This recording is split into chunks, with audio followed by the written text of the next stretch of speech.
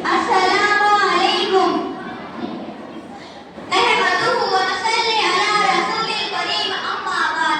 कायनीत मिल्लत और नौजवान यारों, आज की इस तारीख जश्न आज़ादी के मौके पर आप हज़रात ने जिस उन्वान पर मुझे तकरीर करने की हिदायत की है, हक बात तो ये है कि ना मैं उसकी अहल हूँ और ना मेरी ज़बान उस लायक है और ना ही मेरा मुताल्ला इतना वसी है कि हिंदुस्तान की आज़ादी से लेकर अब तक की तारीख बयान करूँ।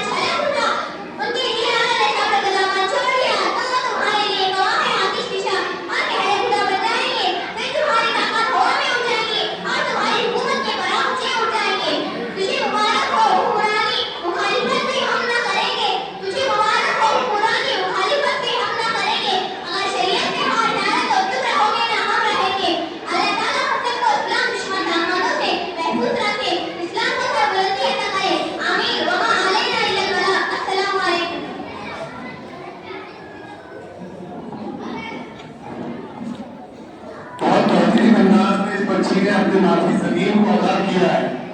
मुस्लिम पर्सनल बोर्ड बहुत अहम चीज है और हिंदुस्तान में एक बहुत बड़ी जमात और तंजीम है और एक मुख्तलिफ फिक्र है कि ये मुसलमानों के इस्लामी हकूक और इस्लामी कानून को देख रेख और उसकी पासबानी करती है